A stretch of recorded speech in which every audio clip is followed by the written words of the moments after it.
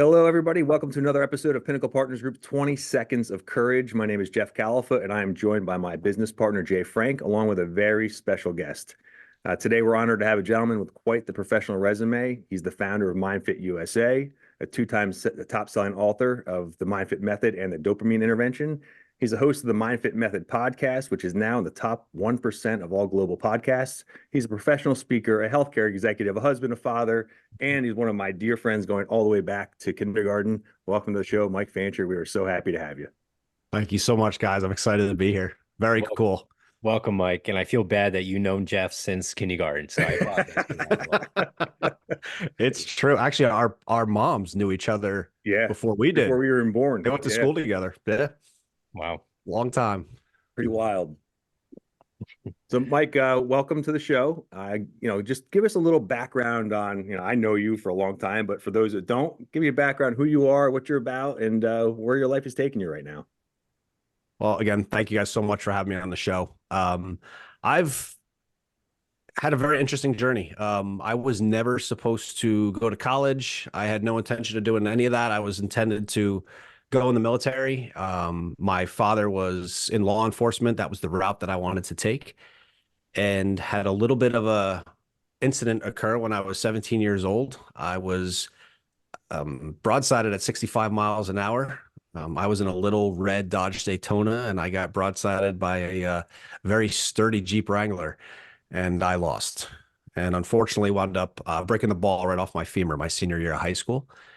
And all of a sudden, my whole path, like everywhere that I had planned on, everything that I planned on doing suddenly had to change. So I wound up going to college for exercise physiology, as I no longer had a path to be able to go in the military, and wound up not working in exercise physiology very long.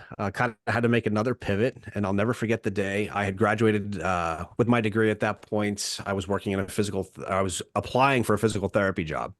As a PT tech, as like an exercise technician.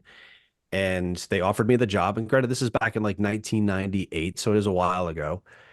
And I got the job and I was really excited. And the guy said, well, what do you want to make? And I said, I don't know, about $40,000 a year, $50,000 a year, something like that. He goes, well, this job pays $10 an hour. And I'll never forget, I actually said, oh, I'm sorry, I have a college degree. I actually said that to him, and he goes, yeah, that's great. That is the requirement for the job. So do you want it? And it was just one of those moments where I was like, wait a minute, but trainers and people that work in fitness, people charge $50, $80 an hour for that type of a session. Why am I only getting paid 10? So that was my first wake-up call in the real world, I guess you could say. Yeah. And I didn't stay there. I wound up working in the financial services industry for a decade. Across many different companies, and wound up landing in healthcare of all places. It was by accident. It was legislatively kind of drove me there due to some bills that happened, and what I did for a living no longer existed. And I worked for 8 years straight in the hospital world as a hospital executive. And during that time, I have 3 boys. I have currently a 15-year-old, a 17-year-old, and a 19-year-old. And they're all taller and larger than I am. So even standing just about 6 foot tall, I look like the shrimp now, which is crazy. But when my 17-year-old was 18 months old, he had a grand mal seizure, and it wound up lasting 5 to 7 minutes, full body seizure. And the little boy he was the day before the seizure and the little boy he was the day after the seizure were 2 different boys. So unfortunately, we couldn't get answers as to what exactly was wrong. He suddenly had fine motor, gross motor, sensory integration challenges that he didn't have before. He seemed to have lost all his proprioception. He had ataxia, which means he shook, a lot like he almost had Parkinson's at at an 18-month-old age. And we went doctor to doctor, hospital to hospital, just trying to find what exactly we need to do for him. And finally, of all places in Englewood, New Jersey, found a neurologist that realized what his condition was. And he had something called cerebellar hypoplasia, which meant his cerebellum was slightly smaller or underdeveloped. And I remember kind of getting that feeling of relief of, oh my gosh, we finally know what this means. And then that black cloud kind of comes overhead and you're like, but what now? Like, what do we have to do? Does he need surgery? Does he need medicine? Right. I'll never forget the doctor said to me, no, actually, your brain is a muscle and it needs to be exercised just like every other muscle in the body. And one of the ways that you exercise your brain is by exercising your body. And I had a bachelor's degree in exercise physiology, and I didn't have a clue what he was talking about. Mm. So I left his office that day with a diagnosis and a homework assignment, which wound up leading me to doing research for many years about the effect that exercise winds up having on a child's ability to learn, their cognition. How do you optimize their learning, their creativity, their innovation? And in 2017, wound up taking that knowledge and walking away from a very successful career at the time to found Mindfit USA. Mindfit was a combination of fitness and exercise and STEM, science, technology, engineering, and math. I had a 5,000 square foot facility in New Jersey, and it was incredible. It worked unbelievably well for kids of all ages. It didn't matter if they were athletes, if they just loved to play video games, if they had ADD, ADHD, were on the autism spectrum. It had remarkable results, which was fantastic until COVID happened. And when COVID happened, unfortunately, the building had to shut down. And that was a very difficult pivot for me. That was kind of my baby, right? It was something that I'd put everything into, and that kind of broke me. And a couple months after we shut the building down, I remember my wife said to me one day, and I just want to talk to you because I know you're hurting, but Mike, you created something that worked. It worked unbelievably well for these kids. And I'm just going to say that I don't think it's fair if you don't share it. And I remember kind of looking at her and saying, what do you want me to do? Like, I don't have it in me to open another facility. Like, I can't do it. Yeah. And she said, I didn't say open another facility. And I said, so what do you want me to do? She goes, I think you should write a book. I go, I don't know how to write a book. She goes, well, no one knows how to write a book until you write a book. And I remember sitting down at my Mac, and I brought pages up on my Mac, and I'm staring at the cursor on pages, just it's blinking. And I had all this information up here, and I just couldn't get it down. So a couple days later, I walked back in the kitchen one day and I said to my wife, yeah, no, I'm not going to do it. It's not going to work. I can't do it. And she looked at me, she goes, Mike, you created a process in which you use movement and exercise to enhance neurological function. Use it. I'm like, oh, right. Yeah, that's what I'm going to do. And I wound up walking just shy of about 640 miles dictating my first book. I outlined exactly the 10 things that I most love to talk about when it came to MindFit, which was a technique I totally stole from Dean Graziosi when he wrote his second book. And then I would just go and walk, and I would talk as though I was talking to someone based on a specific topic that I had written for that day, which initially worked out to be my first 10 chapters. And in the end, I wound up with 17. That book actually did very well, sold in 22 countries, which was really cool. And then I got this idea of like, you know what? I want to be able to promote the book. I want to talk about the book. So maybe I should start a podcast. And from there, started a podcast. My first 10 episodes were literally recorded in my car on my iPhone. If you listen carefully, you don't even have to listen that carefully. Actually, you can hear the tractor trailers going past, the people beeping. I'm pretty sure there's a one point where one guy just flipped me off and he's screaming at me, and you can hear it actually in the podcast because I probably wasn't paying attention.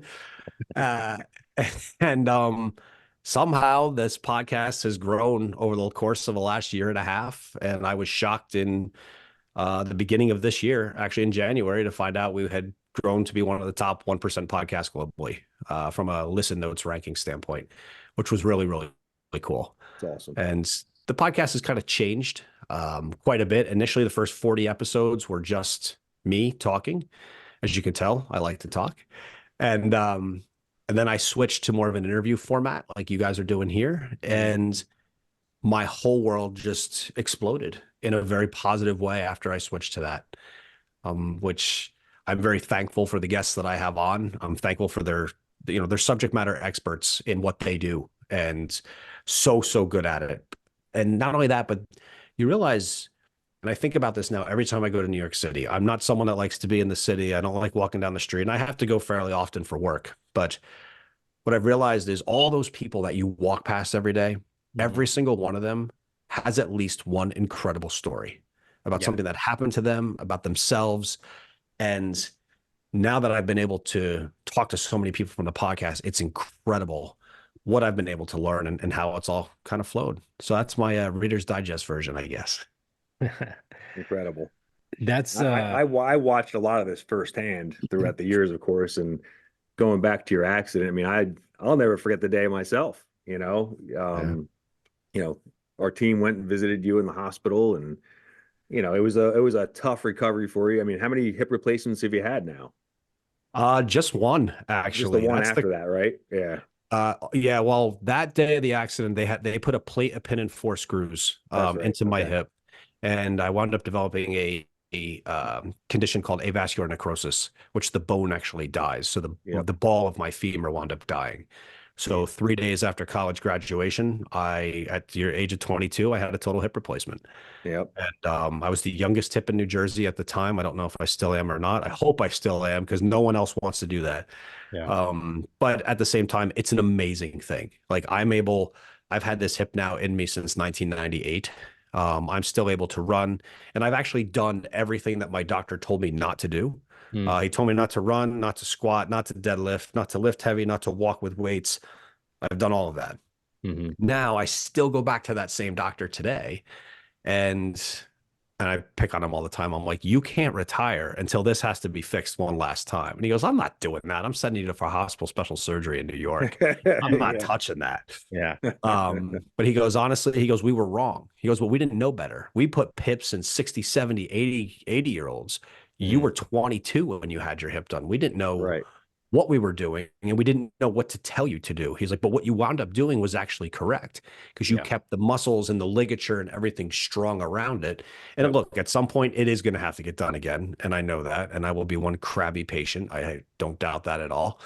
But it has been an amazing thing. Wow. Incredible. Mike, to say the least, that you have been redirected twice in life so far, is pretty incredible. And being able to be resilient enough to keep going and then reinvent yourself.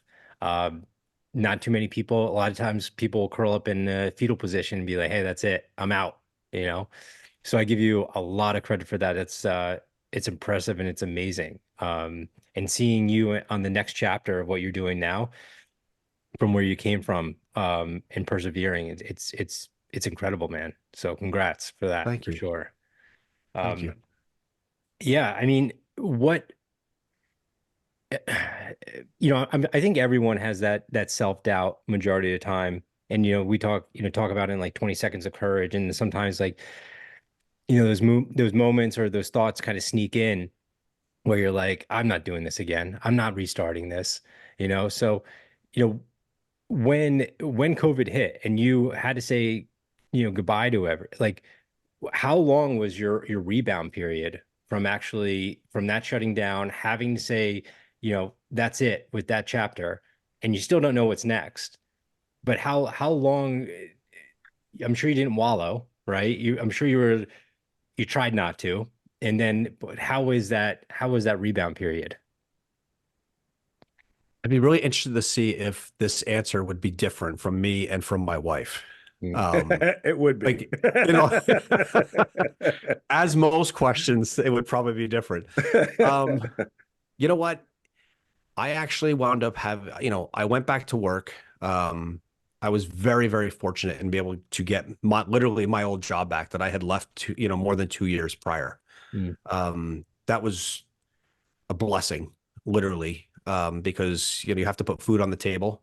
And I feel like there's a responsibility too that you get as a dad, as a man, that you feel like you want to shoulder that responsibility, you want to shoulder that burden, and you want it there. And when you're not being able to do that, just kind of say, you know what, this isn't me. I have to move forward. I don't have a choice. Right. But also, like a lot of men that I know, I don't express feelings very well. So a lot of stuff bottled up inside. I got really good at putting stuff in a dark drawer and just leaving it in there and saying, yep, it's gone. And it festers. Like it definitely came back. There were times where, you stumble and you realize that I'm not over this like I thought I was. Right. And honestly, I'm going to say it's probably been within the last year. So, I mean, Mindfit closed in March of 2020. So we're going on 3 years at this point, really 21, 22, 23. Well, going on 4 years. Right. It's hard to make that move, but I've realized that, I don't know if you guys watch the show Ted Lasso. It's one of my favorite TV shows. It's great. My favorite quote from that show was actually a quote that Ted repeated from Walt Whitman, and it was, "Be curious, not judgmental." And to me, that quote defines how I've been able to make those shifts. And it's not just be curious as to like what the next chapter is, but it's also curious in what can I get through? Like, how far can I go? What will not stop me? And being able to think that way. I mean, gosh, if I think to the first time that I was curious as a kid, this is a true story and it is a little gross, but the first time I was ever curious that I recall as a kid, which I don't actually remember myself. I've heard this story from my mom. I was 3 years old. We were playing in the backyard. She was reading a book in a lawn chair. I was just playing in the sticks, doing whatever. And she said, all of a sudden I walked over to her and I had a really funny look on my face. And she said, "Mike, what's the matter?" And she said, I stood up proud. I had this look of pure pride on my face. And I just beamed out and I said, "Mom, woolly bears don't taste good." That is a true story. Yeah. So, there's times when being curious, might make you a little sick. Fast forward a couple years, I remember being curious when my grandfather had just finished 45 minutes of rototilling his garden. And as he walked past me to grab some iced tea, he said, "Don't touch it. It's hot." But how hot is it? And is it all hot? Is it really hot? So I remember walking over and I grabbed the handles because that's what he was holding and it wasn't hot. I was like, wow, he's wrong. And then for whatever reason, I just decided to grab the muffler, palmed the entire muffler with my hand. Nice. And, blew my hand up double in size. So sometimes curiosity hurts too. Yeah. But that shift of curiosity, like when I found out that I couldn't go in the military, the shift was honestly kind of, I don't say pushed on me by my dad, but it kind of was in a way, because I remember the day that the recruiter, he actually came to Walk Hill, our high school. They were doing something in the library and I'd been working with this guy for months. And then suddenly he's avoiding me. Like I'd go on one side of the library, he'd go on the other. And I'm like, what's going on here? And finally, I kind of hobbled over to him because I was still on crutches at that point, but I had been told that I'd be cleared. I'd be able to, do some stuff. And I said, because at that point it was just a plate, a pin and screws. So it wasn't a hip replacement yet. Right. And I remember saying, "Hey man, I'm good. Like I'm set. These crutches are going away. I'll be back in shape in no time." And he looked me straight in the face and he goes, "Yeah." He goes, "No, man, you're good. You just got to get all that hardware out of your hip." And I was like, "Oh, that's part of me now. Like I can't do that." And he looked me dead in the eye and he said, "Well then, son, thanks, but no thanks. You're a liability now." So I remember being like, wait, yeah, no, that's not right. There's got to be another like fitness test or something that I can take to just get it through. But literally those words ended that story. And I do remember going home and literally the next day, my dad said to me, I came downstairs, he goes, "So what's the plan?" And I remember being so pissed. I'm like, can I just wallow here for a minute? Like, I don't know. I'm upset. Like, I have no idea. I'm not even sure this is real that I can't go. Like, Yeah. and I said, "I don't have one." And he was just like, "You're going to want to have one. You're going to want to make one." And I remember thinking, what? Like, I'm still in high school. Like, I don't know. But it kind of like, I look back on that now. And at the time I was upset. I wasn't happy, but I look back on it now and I'm like, that was the best possible thing that he could have done for me, was not let me wallow and realize that you're going to be put in those situations where you have to make a decision. Yeah. So it's all in being curious. And then it turned into, okay, well, let's be curious. What else can I do? When I lost my job in the financial sector, and literally there's a legislative change that occurred when Obamacare was passed that actually affected the student loan industry. Well, most people don't realize this, but there's a bill in the bill that in order to provide the $4 billion in savings that Obamacare promised it would have, they had to have something that gave them an instant $4 billion in savings. So in order to do that, they got rid of what was called the FELP program, which is where banks and credit unions and lenders used to be able to loan you your Stafford loans and your Plus loans. Now everything had to go direct through the Treasury. So me and 30,000 of my closest friends all lost our jobs. Jeez. And then it was like, okay, well, now what? Like, what am I going to do? And I was finishing my MBA at the time. And it just so happened that the CEO of the hospital at the time that I worked for was in my class. So we had to do a presentation on marketing, and I had to get up in front of the class, and he was like, "Hey, you talk pretty well. Are you looking for a job? I hear you might have lost your job." And I was like, "I am looking for a job." So when I took that position, and it was all the way down in Perth Amboy, which was not where I wanted to be. But I took that job, and so I was like, I'll be here 3 months and then I'll go get a real job. And now in total gross, I'm here 14 years, which pretty crazy. Yeah. It's wild, just the series of events that lead you to that point, to where you are today, having the class with the guy, now working, with them for years. I don't know. There's so many coincidences in life that really aren't coincidences. I think, it's crazy how things kind of pan out over time. I think it's cool. You have to learn to be okay with the fact that your situation is unique. And sometimes you just want to fit in with everybody else, but you're actually much better off being unique because Chris Williams said this once, no one does you better than you. And you just got to find what you means. Right. Like, what are your strengths? What are your weaknesses? I learned when I opened Mindfit, I was really, really good at marketing. I was really good at talking to people. I was really terrible in establishing a sales process. I could, if I was doing it, if I could sit and talk to parents and get them to enroll, it was set. I was good. But if I wasn't communicating it correctly for how that should be done, if it's not me doing it. Right. And those are, Jeff, you and I were talking yesterday, those are the most valuable lessons. That's tuition, right? I think that's what you said yesterday. It's a great line. That's tuition. That's you learning all the things that you're not good at. And then as we kind of move further on in our careers, we have to make that decision. Does it make more sense for me to learn how to do it, or does it make more sense for me to hire someone that's already expert in it? And I think that's, but when you're just opening your own company and you want to do everything yourself and you're absolutely a control freak, like I tend to be, it's very difficult to say, no, I'm going to hire somebody to do it. I didn't hire someone for the whole first year that Mindfit was open. I was everything from the quote unquote CEO to the teacher, to the coach, to the person creating all the curriculum, to the janitor that was sweeping the floors. And I loved every second of it because I wanted, again, it was curious. How far can I push myself? How far can I go? It's 18-hour days every single day. And you get Sundays off, and then Sundays, literally your body just shuts down, but it can't because you have all the stuff to do around the house. You have the stuff to do as a dad, as a husband, and you don't really get to turn it off. So it was like, how far can I go? And being in that fitness world, and then that, using fitness to enhance mindset, I felt like I could absolutely take on the burden and take on the challenge physically. I never, ever imagined emotionally that toll that being an entrepreneur takes on you. They don't talk about that when they glorify entrepreneurship. Right. Yeah. Yeah. Entrepreneurship, obviously, it's really tough. I mean, you have to constantly be comfortable with being uncomfortable all the time.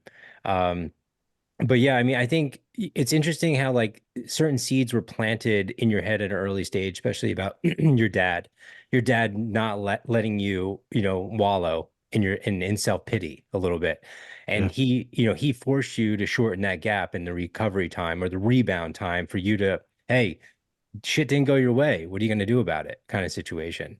And I agree with you when it comes down to, I think, men, women, doesn't matter. But I think the factor that, obviously you have, control issues, you want to do everything. But I also think it has a really deep underlining, and I find it in myself, is that you want to be proud, right? Like you're proud of, what you're doing, and the proudness makes you happy, right? That gives you that fulfillment, especially like you were talking about how you feel like you want to provide for your family and take care of them. Right. So it's all about the pride and being proud in yourself and being able to say, hey, put it on my shoulders. I'll carry the weight kind of situation. So yeah, I think it's pretty amazing. Early age, yeah, you got a shit sandwich, no doubt. Yep. Yeah.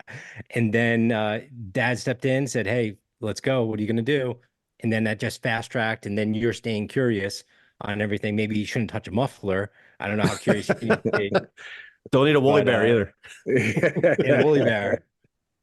But yeah, I mean, I think the pride, the being proud and being curious has really driven you. And I think a lot of people, and I think the underlining thing too is like entrepreneurs and like-minded people in this realm of pushing people forward is always like, what I want to see what the best version of myself can be.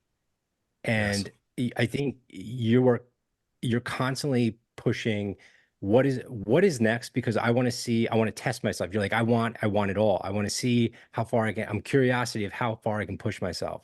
And I think a lot of like I think all three of us are very like-minded like that. It's like I don't think any of us take every single day for granted, right?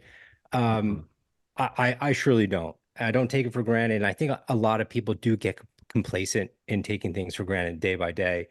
And it's unfortunate. And I think some people think they're going to get a second chance at these opportunities that are in front of them. And you're like, they just take things for granted and they don't push to the next level because they think they'll have tomorrow kind of situation. So You got to seize the day, you gotta seize I the mean, day.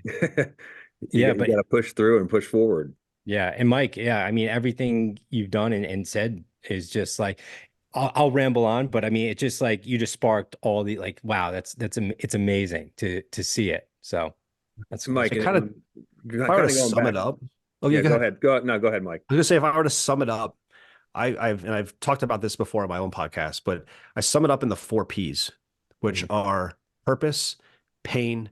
I'm sorry, purpose, pursuit, pain, and pivot. Mhm. Um, Everyone says follow your passion. I actually don't believe in that. Mhm. Um, I feel like if you're truly passionate about something, it means you have a total love for it. And I'll use my own example. I love fitness. I've loved working out. Gosh, I remember when I was absolutely pissed off as a kid because Jeff could curl 50 pounds way before I ever could. And you had that 50-pound bar in your house. I'll never Yep. forget that. That loaded used to bug the crap out of me. But um, you know, I love fitness. Mhm. But when I owned a fitness facility, I Yep. didn't pay attention to my fitness anymore. Yep. Right. So it actually negatively impacted my passion. Mhm. So they say, oh, turn your passion into profit and all. I actually don't believe that at all. But I do believe you have a purpose and your purpose may fall in line with your passion, but your purpose is how do you move forward? What are you defining yourself as being able to do? And in Mhm. order to do that, to your point, you have to have a respectful relationship with time. Mhm. Right. And especially as I get older, I mean, I'm going to be 48 this month. As I'm getting older, you start to think, no one wants to think about dying, right? But I actually don't think it's a bad thing to think about Right. because at this point, at 48, if the average life expectancy is 75, 77, 78, I've got 30 summers left, right? And it Mhm. sounds kind of morbid to put it that way, but that means I have 40 summers to establish my purpose, to give myself, as Alex Hormozy has said many times, the stack of evidence as to who I am, what I can do. And then from that, you then make a decision on your pursuit. What am I going to go pursue? So I love speaking. I love talking to people about enhancing their neurological function, about exercise, about nutrition, about health. That definitely falls in line in my purpose. And now the Mhm. pursuit is how do I take that message and spread it as a speaker all the way, across the country and around the world. The podcast is one way to do it. It's a vehicle to be able to use, but doing it in person to me is just as important. And then what happens is people start on that path of pursuit. And this is where so many people, I think, falter because the first thing you hit as you begin that path is pain, right? Mhm. All of a sudden you get obstacle number one, obstacle number two. I can only imagine for even in your guys' world as real estate agents, someone Mhm. becomes a real estate agent, they pass the test, they get their license, and then boom, like they either can't get their first listing. Every house they put a bid on, they lose. And they're just like, oh, I guess I'm not cut out for this. They started the pursuit and now they're in the pain. We're all in the pain in this business right now, Mike.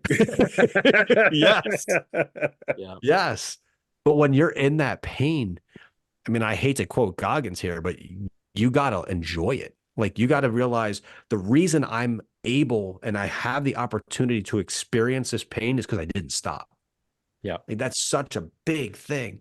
And then you get to the point where you've pushed through pain, you're making progress on your pursuit, you're following your purpose, and then everything goes wrong, right? That's where the pivot comes in. And that's where you have to then take that left turn, take that right turn, and figure out, how do I continue on my path, even if it's not the path I started on? Yeah. I can relate to that. Absolutely. 100%. Right? Yeah. I mean, it really, and I think everyone can. I think Sure. everyone's had situations, whether it was a bankruptcy, a divorce, a career change, a loss of a loved one. There's Right. so many things that you have to make those decisions. You guys said it before, the 20-second decisions. You have to make those decisions. Am I going to move forward or am I not? Mhm. And it's hard when you have those voices in your head, and the one voice is saying, you can do this. Like you got to go forward. And the other one's saying, you can't. You really can't. So it's a battle. It is. I mean, no one's leaving here without scars. That's for sure. You know? Nobody. And I you think have to accept that. That's the thing. If you refuse to accept that, you're not going to push through it. without a doubt, some people, leave those scars open and they kind of stay in the same spot, right, forever. Right. But sometimes, the people who wear their scars and let them callus over and keep going, those are the ones that are going to keep pushing forward for sure. Yeah. And You Goggins, earn them. You earn them. Like, you earn those scars. Yeah. I have, and Jeff, you know this, you probably can't see it on the thing, but I have a pretty big scar right here on my face. Yeah. I had 110 stitches in my face when I had my car accident. I had 80 to replace the facial muscle underneath and 30 on the top to close the skin. And, I can tell when I talk to people, they're staring right at it. And it used to bother me way back in the day. It was just like, dude, really? Like, you have to stare straight at my scar. And then for a while, I got creative with it. I would be like, they'd be like, oh my gosh, what happened? And then I'd be like, oh, my wife beats me. People would be like, oh my gosh. I'm like, no, I'm kidding. So you'd start to make jokes about, I used to get questions all the time if I was a fencer. I'm like, what? And they're like, it looks like a fencing scar. Yeah. I'm like, oh, no idea. I never fenced before, so I can't tell you. Or you just throw out I know it's bad, but you should see all the other guys. There was 10 of them. It was terrible. Yeah. But now, as I'm getting older, number one, there's nothing I can do about it. There's not enough, men's facial cream to make that go away anyway, nor all the other wrinkles that are now all over the face. But at the same time, it's like, that's me. Those are the things that helped craft, I guess, who I am today. Part of what defines you as a person now. Yeah. It's all part of our experiences in life. 100%. Definitely. Yeah. So Mike, what's next? Anything coming up? Anything you want to talk about? Book next book is being worked on now, which is pretty exciting. This one's taking a very different shift. So the first book, the Mindfit Method, was all about how to use exercise to enhance and optimize learning for kids, specifically in the world of STEM, but honestly, it applies to anybody. It's not just for kids. Adults can use it, teenagers can use it, geriatrics can use it. It works the same. In fact, I've even seen, and this is no joke, I've seen a positive effect with our dogs. Your dogs are crazy. They're running around the house. They're not focused. You take them for a quarter mile, half mile walk, they come back in, they're like a completely different dog. It's the same process that happens. The same neurochemicals and neurotransmitters wind up getting released in the brain. Second book that came out was more about how social media and technology have hijacked our dopamine receptors and really made us almost addicted. And I use that term lightly because the way that people use social media today actually isn't an addiction, it's a compulsion. An addiction, if you're addicted to, say, smoking cigarettes, if you are dying for a cigarette, when you have that cigarette, when you take that first drag on that cigarette, the craving begins to diminish, right? You've gotten the cigarette, you're starting to feel better. That's an addiction. Same thing if you're drinking, if you're gambling, you want to be there. Social media is different. When we fall into those rabbit holes of, scrolling on reels for hours at a time on Instagram or whatever it is, Yeah. it doesn't matter how many you watch, you still want more.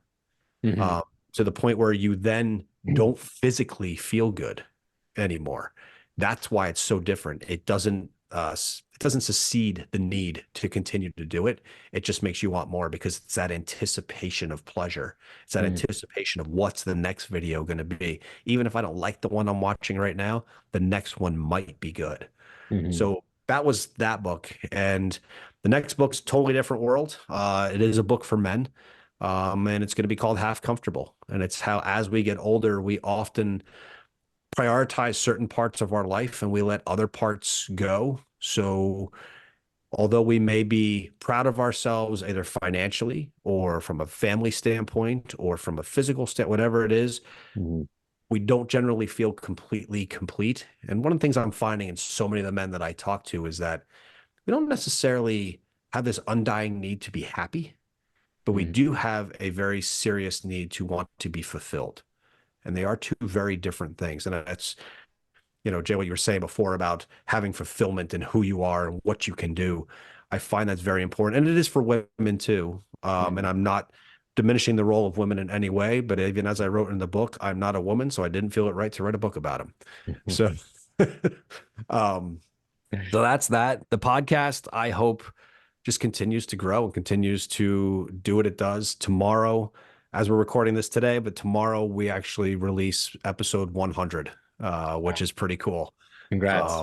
That is awesome. And thank you. Yeah, I'm excited. I actually tell some pretty funny stories. I flipped it around a little bit, and instead of bringing somebody on, I talk about the questions that I get asked often as the host of the podcast and kind of what some of those answers are. So it's kind of a behind the scenes look at some of the crazy things I get asked.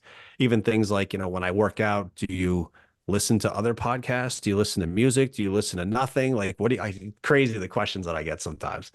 What do you listen to? It's a mix. For the most part, I'm going to say music. I like country music, but I am a hard rock and heavy metal guy. So 9 times out of 10, I've got Five Finger Death Punch, Godsmack, or Metallica in my ear when I'm training. And having 3 teenage boys, thankfully, that all listen to the exact same stuff, makes life very easy that way. Occasionally I'll listen to a podcast, but if I'm listening to a podcast while I'm working out, that means Goggins is in it. Because otherwise, I love podcasts, but I want to learn when I'm listening to a podcast. And if I'm slinging weights, I'm not learning. Right. I'm surprised you didn't say listen to Taylor Swift, Mike. I'm just, Well, shocked. T-Swift? Yeah. I got T-Swizzle. Yeah. No, you know what? If I want to see Taylor Swift, I'll just watch the Super Bowl. There you go. I'll see you on Super Bowl Sunday for sure. Yeah. Yes, we will. I'm curious to see if someone actually calculates the total screen time that she winds up getting for the Super Bowl. It'll be interesting. I'm sure they will. I'm sure they will. It's just kind of I'll listen to music a little bit when I work out, but honestly, probably the most what I listen to is stoicism quotes. Like I'll put it on YouTube and I'll just let it run. So it's mentally training the right mindset of like the thought process I want, how I want to conduct myself, how I want to manage my feelings during the day, and it'll kind of like you kind of go into trance, and I'll just work out while listening to that stuff. So, I mean, at this point, as I'm getting older again with 3 boys, it's all I can do to barely stay an inch ahead of them when it comes to the weights used and stuff like that. And I don't have much longer left before they're killing me on everything. In fact, my oldest sent me a text today, and he's like, I haven't deadlifted in, I think, 6 months. I pulled 335 today. Jeez. I'm like, oh. Like, thanks, buddy. You make me feel older. Yeah. Honestly, those days are gone. My back would just explode if I did that. It sure would. Yeah. I tipped over in a chair. Jeff saw me And he just pointed and laughed, and I blew my back out, tipped over in a chair, broke a True chair. Oh, jeez. I wish it was on video because Yeah. it was something. It was like this tuck and roll that I've never seen before, and just this like agonizing look when he was done. I'm like, what the hell just happened here, man? Yeah. I thought he was screwing around with me. Yeah. I wish. That's awesome. I wish. So for the most part, that's where I hope things are going. I got some pretty cool speeches, motivational speaking set up already for 2024, which I'm really excited about. That's awesome. And going to wind up in different parts of the country doing that. So that's going to be a lot of fun too. That's awesome. And Keep on pushing, man. Keep on pushing. keep on pushing. And yeah, I'm sure the journey, especially like when you said about walking around New York City, that everyone has a story. So what you're doing now and just hearing everyone's story in different walks of life, and like no one ever has it easy. So it's like No. sharing and collaborating with that, and spreading your message. That's huge, and it's going to be. I'm sure it's going to be fun, for sure. It goes back to we bump into people all the time, even if you're in the city, right? You're trying to walk through a crowded street, someone bumps you. Mhm. You have no idea what burden that person has on their back that day. Yeah. Yeah. So I know, like, as a society today, we're so quick to react. We hear about, road rage. We see people tailgating and slamming on brakes and all these things. You don't know what these people are facing every day. All right. You really don't. So Yeah. while you're here, treat people with as much gratitude and kindness as you can. I think that's Mhm. really important. I agree. I know that. Hey, Mike, if people want to find you, what's the best way to reach out? I would say Facebook and Instagram are probably the easiest. Instagram is Mike Fancher Official. Facebook is just Michael Fancher. You can also go to mindfitusa.com. There's information there, even from a speaking standpoint, from a book standpoint. And in the future, who knows where all this is going to go? We'll have to see. I think it's going to go to some great places, buddy. I'm proud of you. Thank you, Awesome. man. Right back at you guys. You guys are doing amazing. Love the show. Thank you. Thank you. We're going through growing pains too, Mike. You know what? You just got to keep doing it, right? That's it. Like, I actually enjoy now going back and listening on occasion to the early episodes of what I did, because it's how you learn, right? Oh, yeah. You don't want to just like put it out and be like, oh my God, I was so terrible back then. I was really terrible back then. Mhm. And I still have days where I'm terrible. One of the questions I get asked a lot is, did I ever put out a podcast or publish a podcast episode that I regretted with a guest? And I have, but it's not because of the guest, because the guests have all been fantastic. Right. It's because I found myself talking too much. Hmm. And I was like, this is their time for their platform. Like, why, dude, I got to shut my mouth sometimes. It's like you Yeah. realize, but when you go back and actually look, it's like a mirror in a way. Right. And in the end, it's reps in the gym, right? I just wanted to get through the first 10 episodes. Whatever happened after that, we'll see what happened. And then honestly, I almost quit at about 40. Really? It wasn't growing as fast as I wanted it to. I had probably 25,000 streams at that point on the podcast. So it wasn't like I was not doing well, but in my mind, like, we all define success differently, right? Mhm. And for whatever reason in my mind, I don't know what I thought it was going to be, but it wasn't. Whatever I defined it, what I thought it was going to be. And I almost stopped. And that's kind of why I wound up switching to the interview format, to just get some other people's takes and to see if I wanted to go that way. And the instant I did it, it changed everything. And the people now that I get to interact with is insane. Like, these people there's so many times where I'm like, I'm not even worthy to talk to this person, because what they've gone through is the most traumatic story I've ever heard. What they've accomplished is amazing. Jeff and I were talking pretty recently, but a guy I just had on, owns a roofing company in Texas. And when he was 14 years old, he was homeless, sleeping on a park bench. Before that, he was growing up in a trailer park in a drug abused home. Mhm. And in 4 years, he took his roofing company from $0 to $100 million in 4 Wow. years. Just pressing. And that's not even the most impressive part. He's actually one of Patrick Bet-David's top mentors for his app, Minect. Wow. And he's sharing his information with other entrepreneurs and his stories and his trauma to help them through. And that's what he actually finds some of the most gratification in, is being able to share and help others grow. That's amazing. That's why everyone has a story. But if I passed them on the street, or, you'd have no idea. Right. No idea what people know. Yeah. I love it. I love it. All right. Hey, you got anything else today, or you tapped out? Never tapping out, never at all. So let me ask you, so from your guys' standpoint, I'm curious. You guys have started the podcast now. You're taking things forward. What's your take on podcasting so far? What are your thoughts on it? Jeff? Overall, I think it's awesome. The biggest thing that I take out of it is, we have multiple things going, right? We do the interview styled like we're doing here, but we also have, market updates in the real estate world. So for me, I feel like it's just being able to provide value for people.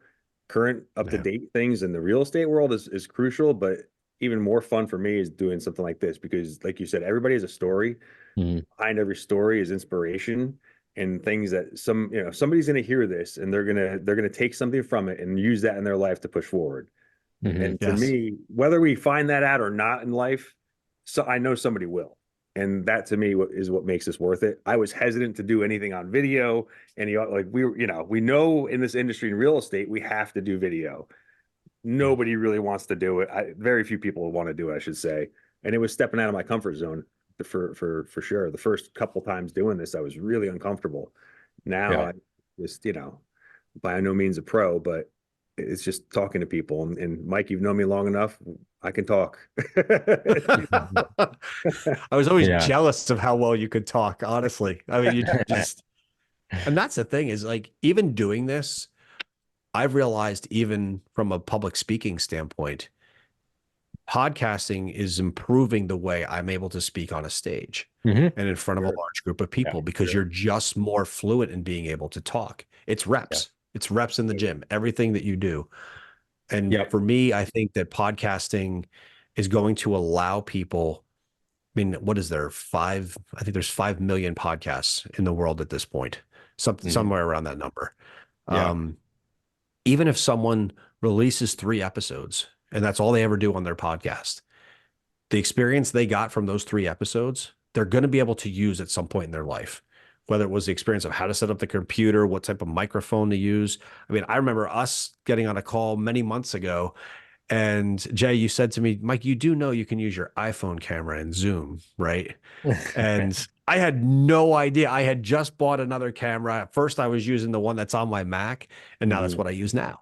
So, because of interactions like that, I was able to pull information just from our conversation that I still use to this day, including some of the apps that I use. I think those apps got brought up to me on that call that we had many months ago at this point. So you do hope that someone's able to pull something, whether it's a hack, in the end, it comes down to, you just got to put the work in. Right. And it is, that's the side that people don't see. People are like, oh, you just record a podcast and then you just post it. Every podcast episode is probably 3.5 to 4 hours worth of work for me. When you include the prep time, the research time, the recording time, the editing time, and then the posting, publishing, coming up with the descriptions and all of it, it's about a 3.5 to 4 hour process. So I put out 2 episodes a week. That's almost an 8-hour day. That's in addition to everything else that we do. So it takes time, but if you're willing to make that investment, it's amazing. And for me, if I never ever make $1 from podcasting, I'm good, because it's not been about that, and that's fantastic. I agree. I mean, I think I like podcasting. I love the videos. I love the interviews, what we're doing, because I think a lot of people can sometimes be on their own island inside their mind. And I think doing the podcast, meeting new people, and just the efficiency of it and the speed that you can connect with people on video, and then finding like-minded people, I think it's a combination of everything. And like you said, like, Jeff and I we're not tied to the outcome, right? Like the outcome, Yeah. the benefit's just going to be the process of doing it. And like you said, exercising the muscle, learn how to communicate, learn how to communicate better, and just hearing other people's stories. So it's been an amazing journey so far. I mean, even the short time we've been doing it, the evolution of the podcast um and everything that we've done in the background is just it's been a great learning curve as well. So Such a great point you brought up about not being focused on the outcome. I think yeah, especially for podcasting, you almost don't want to, because the only outcome, if there's a finish line, is an end, right? Right. And yeah, you don't Right. want that. Like it's the journey. I always love the exactly. story of Sir Edmund Hillary, who Hmm. was the first guy who ever scaled Mount Everest. Hmm. And when he came down after climbing Mount Everest, he was interviewed by a reporter. And the reporter said, what were you thinking about as you were standing on the peak of Everest? Hmm. And he goes, honestly, I was looking at the peak of another mountain that was over there and thinking, Yeah. when can I climb that one too? What's next? Yeah. Like what's next? And for podcasting, now that I think about it, as we're kind of talking this through, it's almost like reels, right? Mm. Every time I interview someone, it's the anticipation of what that interview is going to be. What are people going to be able to learn? What story do you get to share? Yeah. So I don't want a finish line. I just want to Right. keep going.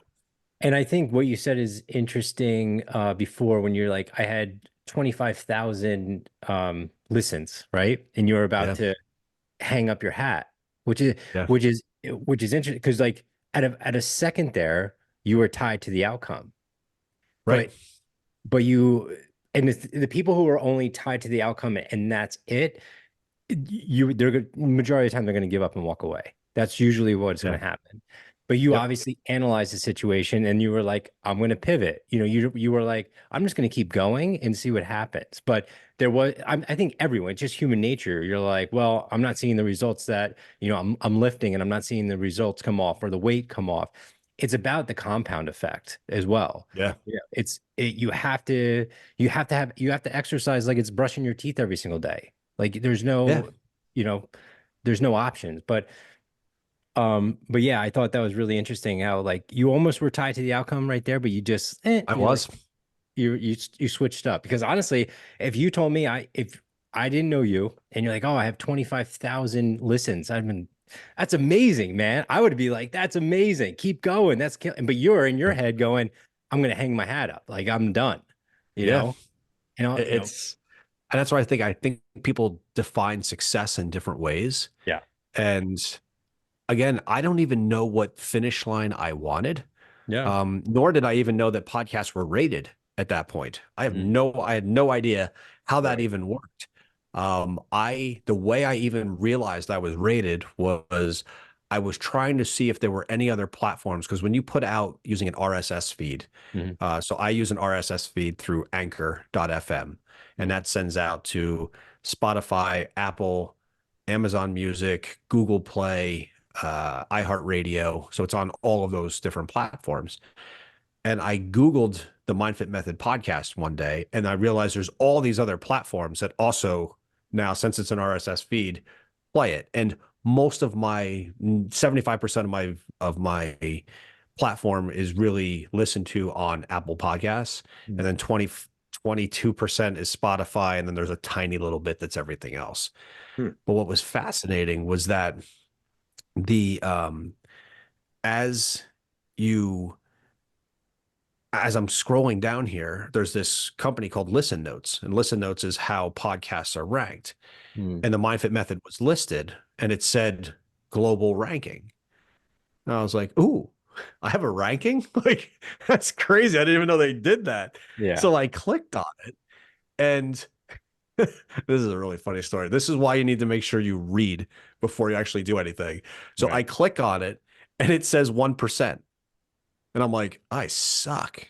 Wow, this is terrible. Right. Well, actually, at the time, I take that back. It said 1.5%. I That's was like, funny. wow, I'm horrendous. This is terrible. And it gave me a listen score of like 43 or something like that out of 100. So I was like, oh my gosh, this is horrible. And this was back in December that I just found this. I was like, wow, this is terrible. And I mentioned it to someone. And I said, I looked on listen notes. I said, we're 1.5%. And they're like, you're top 1.5%. And I go, oh, I didn't say top. And they're like, you can't even get a ranking unless you're in the top 10%. I'm like, what?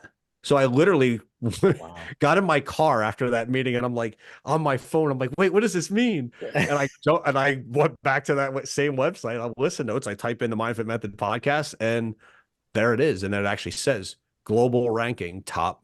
At the time it was 1.5%. And then we went to 1% as it turned over to 2024. But Amazing. you didn't even know. But I think it was also a case of like, I felt like I was coming up with the topic to talk about every single episode. And at the time, I was only doing one episode at a time. But I remember I'd come home from work. I'm like, I'm losing the love of this because I'd come home and I'd say to my wife, oh, I got to come up with a podcast episode for this week.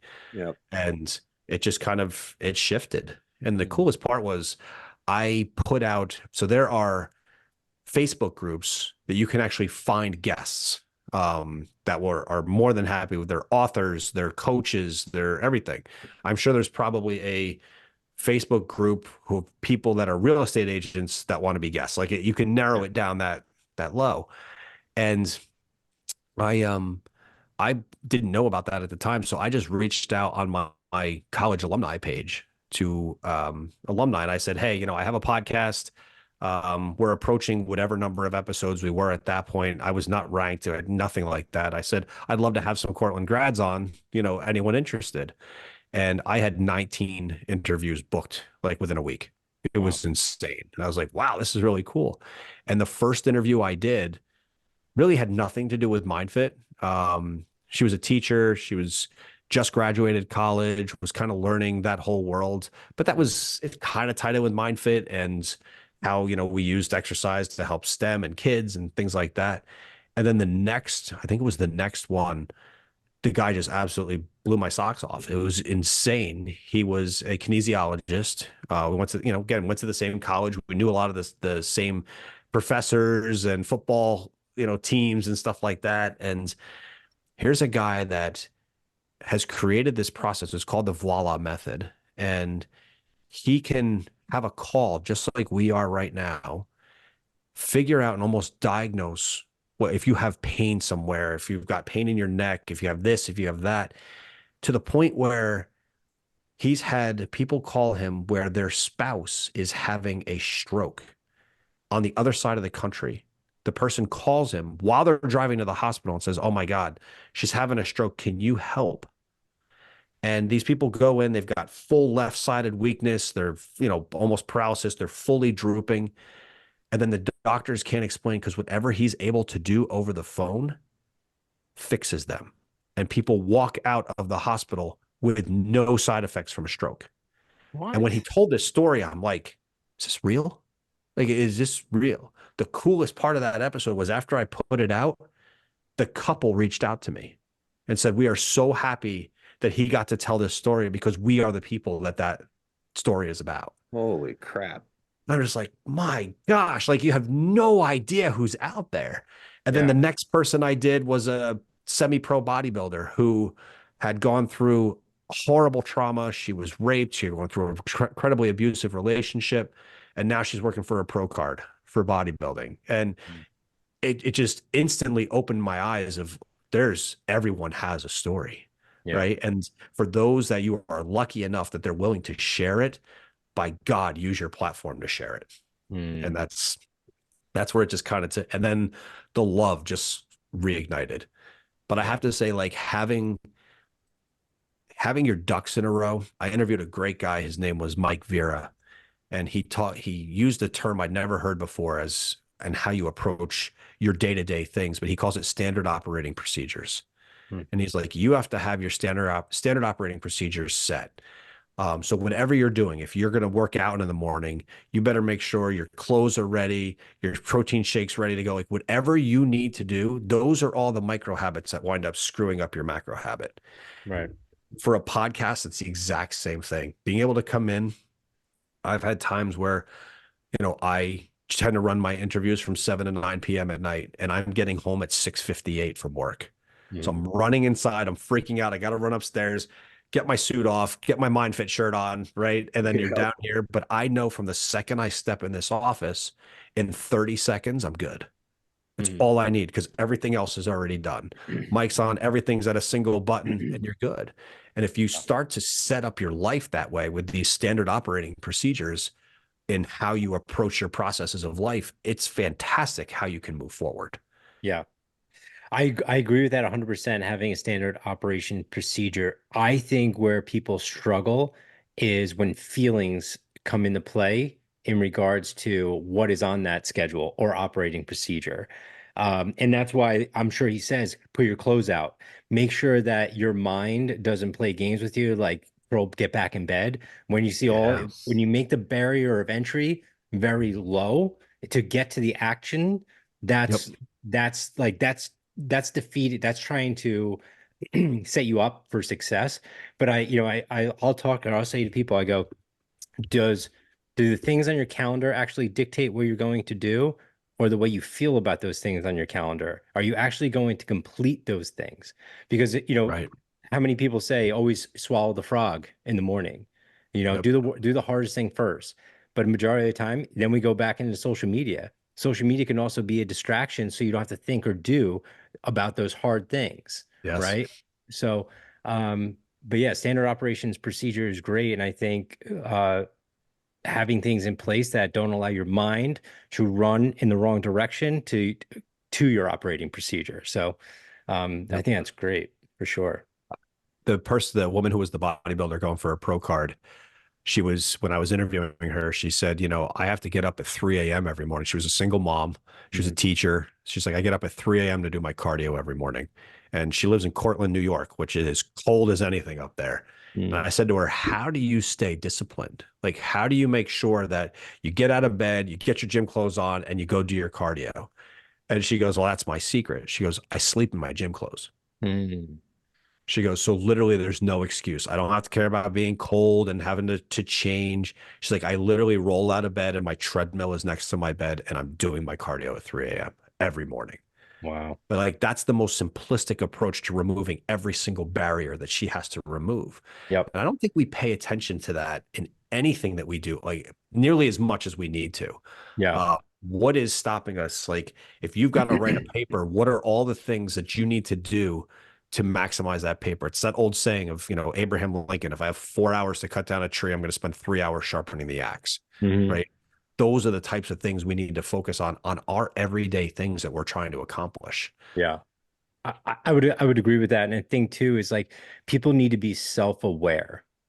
And what I mean by that is recognize the patterns of they start something and don't finish it. Right. But why do they not finish it? And like, I would go to simple when back in the day, because I did the yo-yo cycle of exercising, being in shape for a period of time, and then being out of shape. And then you're like, you have the protein shakes and all this.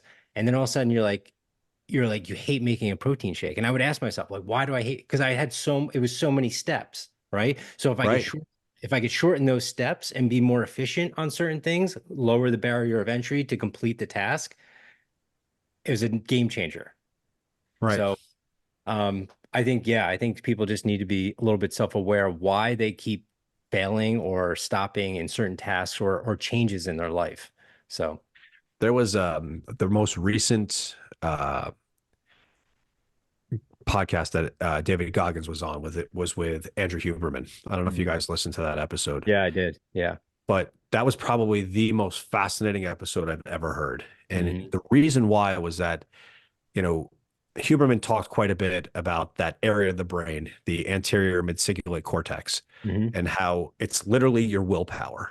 It is what makes a decision as to whether you have resiliency or willpower or you do not. And the only way to grow that part of the brain is to do things you do not want to do. And what was fascinating was listening to Goggins talk about how he freaking hates running. Yeah. Absolutely hates it. And his body is so jacked up at this point between his knee surgeries and he's a running train wreck at this point, if you think about it. Yeah. And can you imagine being in that much pain and yet every day saying, I'm going to do 13, 15 miles every single day? Yeah. And even Huberman, or even Andrew Huberman said, I'd love to scan your brain to see what the size is of your anterior midcingulate cortex, like just to see. I'm imagining it's so much bigger than the average human beings. Yeah. Because they're doing those things that you don't want to do. Mm-hmm. And it almost takes you back. Like if you love to work out, you do get the physical and mental benefits of exercising. Mm-hmm. If you don't love to work out, but you do, you actually get more out of it. Mm-hmm. Right? Because now you're doing something you don't want to do, and that is increasing your willpower to be able to help you with other parts of life. That's crazy. Yeah. Yeah. Crazy. Swallow that frog. Or the woolly bear. Or the woolly bear. Or the woolly bear. Yeah. I don't remember it, but I'm quite sure that did not go over well. It could have been an episode of Fear Factor. Mm-hmm. That would have been Explains a lot early about Joe you, Mike. Rogan. Joe Rogan. Yeah. It's funny. But yeah, no, it's all good stuff. It's all good stuff for It's sure. incredible. Yeah. Well, Mike, we're gonna have to have you back on again sometime. I'd love to. It's, I would actually love to have you guys on the Mindfit Method podcast as well. 100%. Absolutely. Totally love to do We'll that. blow it up for you, Mike. There you go. See? Be amazed what can happen. This has been a lot of fun. And again, Awesome. I'm excited to see you guys doing the podcast. I remember we talked about it before you guys even set it up. It's so exciting to see you guys doing it and following through with it. And if anything, my only request is let's definitely do it again before this, but also after you hit 100 episodes. Let's make that happen, because Absolutely. Sounds like a plan. my first goal after the 100 episodes come out tomorrow, after the 100th episode comes out tomorrow, is just work our way to the next 100. Yeah, That's it. Just keep moving. Yeah. My idol in Keep moving podcasting that bar. my idol in podcasting is Chris Williamson, who does the Modern Wisdom podcast. And I think he's at like episode 700 and something. And it's just a matter of you just keep doing it. It's consistency. Everyone talks about it. That was the best line that Dustin Kukowski had on my podcast. He goes, everyone makes fun of cliches. He goes, they pick on them. Oh, you got to work hard. You got to stay consistent. He goes, don't make fun of them. They're true. That's why no one wants to talk about them. They're as true as they get. Yep. Without a doubt, man. And and that's the thing, is like people don't want to hear it because they know it's true. Like you said, it's true. It's life is simple. It's just hard, just hard. Well, we live in the distraction. We're making shirts that say that, Jay. Yeah. Life is simple. It's just hard. That's either a shirt or a book title. I'm not sure. A bumper sticker. I didn't even. A lot of stuff. Yeah, that'd be perfect, man. That's great. That's the next hashtag. Funny. I like it. Cool. Guys, thank you so much for having me on. This has been fantastic. That was awesome, Mike. Thanks for joining us, man. We appreciate your time, and can't wait to see where this journey takes you throughout the years, buddy. Same for you guys. Thanks. Congrats, Mike. man. We'll talk to you soon, man. Sounds good. Take care, man. Later. Bye.